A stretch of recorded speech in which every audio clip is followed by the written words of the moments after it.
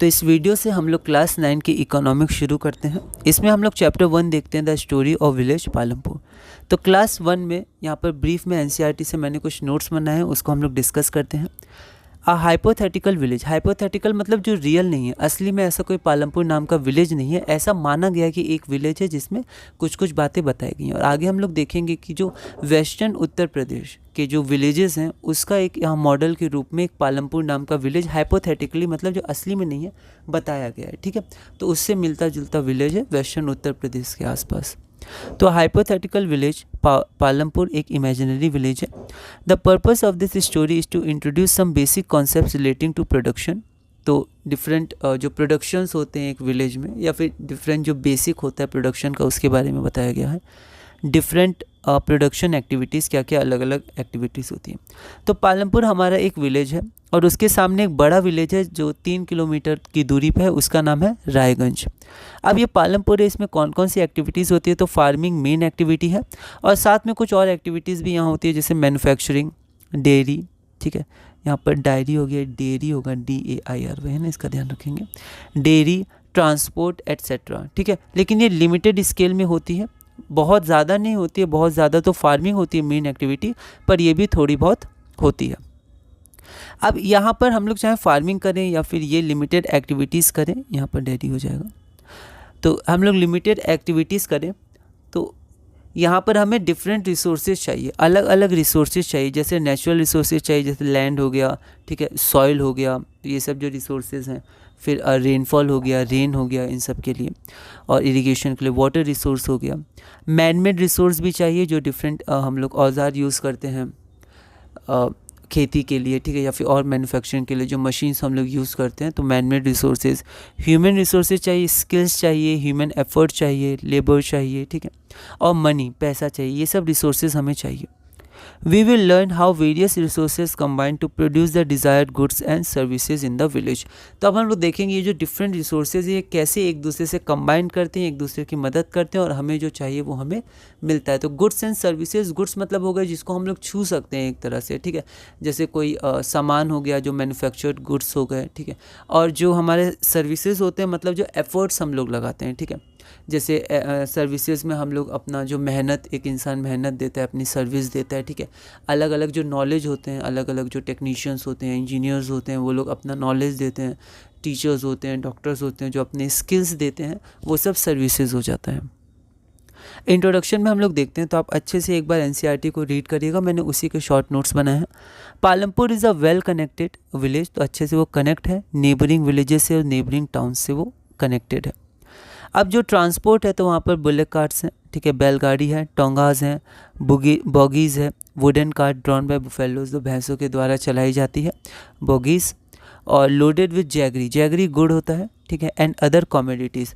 तो वहाँ पर हम लोग देख सकते हैं कि वहाँ पर जैगरी या फिर जो सामान है वो यहाँ से बाहर के मार्केट में, जो बड़े मार्केट है वहाँ पर लोग बेचने जाते हैं और वहाँ से वो अपना इनकम कमाते हैं, ठीक है। और फिर ट्रांसपोर्ट में और क्या क्या है, मोटरसाइकिल्स भी हैं, जीप्स हैं, ट्रैक्टर्स हैं, ट्रक्स हैं, मोटर व्हीकल्स हैं।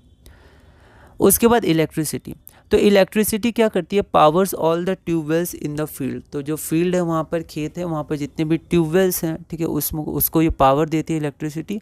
और साथ में जो अपना स्मॉल बिजनेस करते हैं, हमने देखा था मेन एक्टिविटी यहाँ पर फार्मिंग है, पर स्मॉल एक्टिविटीज़ भी होती हैं, उसके लिए भी बिजली की ज़रूरत होती है। तो electricity use for small businesses also. अब जो हमारे पास पालमपुर है, वो पालमपुर में 2 प्राइमरी स्कूल है और एक हाई स्कूल है। साथ में एक प्राइमरी हेल्थ सेंटर है जो गवर्नमेंट के द्वारा चलाया जाता है और एक प्राइवेट डिस्पेंसरी है। उसके बाद पालमपुर में अच्छे सिस्टम ऑफ रोड्स हैं, ट्रांसपोर्ट है, इलेक्ट्रिसिटी है, इरिगेशन है, स्कूल्स है और हेल्थ केयर है। अब विलेजेस अक्रॉस इंडिया, अब एक जनरल हम लोग अगर इंडिया में विलेजेस की बात करें तो वहाँ पर जो प्रोडक्शन एक्टिविटीज़ होती है, मतलब जो प्रोडक्शन होता है वो बेसिकली तो फार्मिंग रिलेटेड होता है। तो जो मेन प्रोडक्शन एक्टिविटी होती है जिससे ज़्यादातर लोग इनकम कमाते हैं, अपना जीवन चलाते हैं, वो फार्मिंग होता है, ठीक है, एग्रीकल्चर होता है। तो मेन तो हमारा फार्मिंग है, लेकिन कुछ और एक्टिविटीज़ भी होती हैं जो फार्मिंग नहीं होती है, तो उनको हम लोग नॉन फार्म एक्टिविटीज़ कहते हैं। वो स्मॉल मैन्युफैक्चरिंग हो सकती हैं, छोटे छोटे जो मैन्युफैक्चरिंग करते हैं लोग, या फिर ट्रांसपोर्ट हो सकता है, जो ट्रांसपोर्ट चलाते हैं, ठीक है, और उससे जैसे हम लोग देखते हैं ऑटो या फिर कोई बस, उससे जो अपना जीवन चलाते हैं।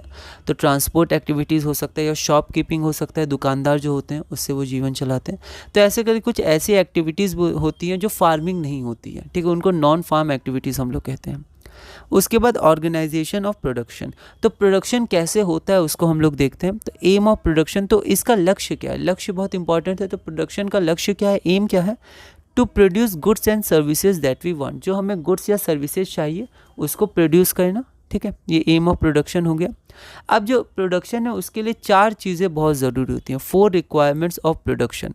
तो there are 4 requirements for production of goods and services. सबसे पहला लैंड, ठीक है, एंड अदर नेचुरल रिसोर्सेज, जैसे लैंड होना चाहिए, water resource, forest resource, mineral resource, ये बहुत इंपॉर्टेंट है, ये नेचुरल रिसोर्स के कैटेगरी में आ सकता है। फिर लेबर, लेबर मतलब पीपल, पीपल में एजुकेटेड लेबर और मैनुअल वर्कर्स, ठीक है, मतलब जिनके पास नॉलेज है, जो अपने नॉलेज से मशीन्स वगैरह की नॉलेज, या फिर डॉक्टर्स, टीचर्स अपनी नॉलेज जो नॉलेज देते हैं, ठीक है। तो नॉलेज बहुत इंपॉर्टेंट है। Each worker provides the labour necessary for production. तो चाहे वो एजुकेटेड लेबर हो चाहे मैनुअल लेबर हो, ये हर जो लेबर होता है वो अपने स्किल्स से या अपने एफर्ट्स से, अपनी मेहनत से वो लेबर, नेसेसरी लेबर प्रोवाइड करता है जो प्रोडक्शन के लिए हमें चाहिए। तो एजुकेटेड एक होते हैं और एक मैनुअल लेबर्स होते हैं, ठीक है, जो मैनुअल काम करते हैं। ओके, अगला हमारे पास क्या आता है, तीसरा रिक्वायरमेंट फिजिकल कैपिटल। ये बहुत इंपॉर्टेंट होती है, मतलब अलग अलग तरह के इनपुट्स, अलग अलग तरह की मशीन्स, अलग अलग तरह के रॉ मटेरियल्स, ठीक है। जैसे अगर हम लोग टेक्सटाइल इंडस्ट्री की बात करें तो अगर कॉटन है तो कॉटन, जूट, अलग अलग जो रॉ मटेरियल्स होते हैं जिससे कपड़े बनाए जाएंगे, ठीक है। तो वो सब हमारे फिजिकल कैपिटल होते हैं। मशीन्स हो गए और फिर कुछ पैसा हो गए, ठीक है, कि अगर हमको आगे कुछ चाहिए हो, ठीक है, कुछ ज़रूरत पड़े तो उसके लिए मनी इन हैंड भी बहुत इंपॉर्टेंट है। उसके बाद human capital. Human capital basically आपका नॉलेज ही हो गया। एक ह्यूमन जो अपना नॉलेज लगाता है, अपने स्किल्स लगाते हैं, अपने एफर्ट्स लगाते हैं, वो ह्यूमन कैपिटल होता है। नॉलेज एंड एंटरप्राइज, जो वो लोग आगे अपना नॉलेज लगा के जो कंपनी है या फिर जो भी प्रोडक्शन है, प्रोजेक्ट है, उसको आगे बढ़ाते हैं। ओके, तो इसके बारे में अब हम लोग थोड़ा स्टडी करते हैं। अब हमारी जो फिजिकल कैपिटल है वो 2 तरह की होती है। एक तो होती है फिक्स्ड कैपिटल और एक होती है वर्किंग कैपिटल। तो फिक्स्ड कैपिटल हो गई जो बहुत समय तक कम आएगी, ठीक है। जैसे हमारे पास टूल्स हो गए, कोई सिंपल टूल्स जैसे हल वगैरह हो गया, वो जब हम लोग खेती करेंगे तो बहुत समय तक काम आएगी। या फिर अगर हम लोग ट्रैक्टर का यूज़ कर रहे हैं तो वो भी बहुत समय तक काम आएगा, एक बार हमने उसको ख़रीदा तो, ठीक है। तो कुछ टूल्स होते हैं, सिंपल टूल्स होते हैं, और कुछ सोफिस्टिकेटेड मशीन्स होते हैं, जैसे ट्रैक्टर्स हो गए, जनरेटर्स हो गए, टर्बाइंस या कंप्यूटर्स हो गए। नॉन फार्म एक्टिविटीज़ में भी ये हो सकते हैं, जैसे मशीन्स वगैरह मैन्युफैक्चरिंग के लिए, अगर हम लोग कुछ मैन्युफैक्चर कर रहे हैं तो उसके लिए हमने एक बार मशीन खरीदी तो वो बहुत सालों तक फिर काम आएगी। तो ये सब फिक्स्ड होते हैं, ठीक है। बिल्डिंग्स हो गया, ठीक है, बिल्डिंग्स हमने बनाई, या फिर कुछ घर वगैरह, या फिर कुछ घर इन द सेंस कि बिज़नेस के लिए कोई हमने चीज़ ली, बिल्डिंग ली, तो वो बहुत समय तक काम आएगी। और एक होती है वर्किंग कैपिटल, जो बहुत समय तक नहीं होती है, कुछ समय के बाद वो ख़त्म हो जाती है, फिर धीरे धीरे और फिर हम लोग लाते हैं, फिर और ख़त्म हो जाती है, ऐसे करके। जैसे हमारा रॉ मटेरियल्स हो गया, जैसे अगर वीवर्स हैं, जो बुनकर होते हैं, तो उनके लिए जो यार्न हो गया, ठीक है, कॉटन यार्न या अलग अलग जो वो रॉ मटेरियल्स है, जिस तरह का कपड़ा बनाना चाहें तो वो सब जो रॉ मटेरियल्स होते हैं वो ख़त्म हो जाएगा एक बार में, फिर नया लाएंगे, फिर वो ख़त्म होगा, उससे कपड़े बना देंगे वो लोग, ठीक है। फिर क्ले, जैसे जो पॉटर होते हैं, जो कुम्हार होते हैं, वो जो क्ले से मटका बनाते हैं, तो मटका बन गया, क्ले ख़त्म हो गया, फिर अगला बनाने के लिए फिर से क्ले लाएंगे, वो रॉ मटेरियल है, ठीक है। तो ऐसे। और दूसरा वर्किंग कैपिटल होता है मनी इन हैंड। तो some money is always required, some money is always required during the production, ठीक है, टू मेक पेमेंट्स। मान लीजिए कुछ पेमेंट करना हो, अचानक कुछ गड़बड़ी आए तो हमें दिखवाना हो कोई मशीन या किसी चीज़ को, और उसके बाद हमें कुछ और रॉ मटेरियल चाहिए अचानक, है ना, थोड़ा कैलकुलेशन कभी कभी नहीं सही बैठ पाती है किसी कारण, और रॉ मटेरियल चाहिए, तो कुछ मनी हमेशा हमारे पास होना चाहिए, कुछ चीज़ खरीदने के लिए, कुछ चीज़ कमी पड़ गई अचानक तो उसको पूरा करने के लिए, ठीक है। तो raw materials and money in hand used up in production, तो प्रोडक्शन के समय यूज़ अप हो जाती है पूरी, फिर वो बचती नहीं है, लेकिन जो फिक्स्ड कैपिटल है वो बची रहती है, फिर अगले साल उन्हीं से हम लोग काम करते हैं, तो इसलिए इन्हें वर्किंग कैपिटल कहते हैं। तो ये वर्क होती रहती है, यूज़ अप होती रहती है, फिर हम लोग फिर और करते हैं, फिर और यूज़ होती है, ऐसे करके। फिर उसके बाद जो टूल्स हैं, मशीन्स हैं एंड बिल्डिंग्स हैं can be in production over many years, तो ये प्रोडक्शन में भाग ले सकती हैं, हेल्प कर सकती हैं। This can be used in production over many years, बहुत सालों तक, तो इनको एक तरह से फिक्स्ड मान के हम लोग चलते हैं। ह्यूमन कैपिटल नॉलेज हो गया, एंटरप्राइज हो गया। एंटरप्राइज का मतलब होता है न्यू प्रोजेक्ट का प्लान हो गया, उसके लिए स्किल्स, नॉलेज, मैनेजमेंट, ये सब ह्यूमन कैपिटल हो गया, ठीक है। तो ह्यूमन कैपिटल में आपका नॉलेज हो गया। एंटरप्राइज, एंटरप्राइज मतलब होता है न्यू प्रोजेक्ट प्लान बनाना, एक बिजनेस या कंपनी खड़ी करना, उसको भी एंटरप्राइज कहते हैं। तो ये जनरली नॉलेज या स्किल जो एक ह्यूमन के पास, एक इंसान के पास रहता है, उसके एफर्ट्स, उसकी मेहनत, उसका नॉलेज, उसका स्किल, उसके मैनेजमेंट स्किल, ठीक है, ये सब चीज़ें।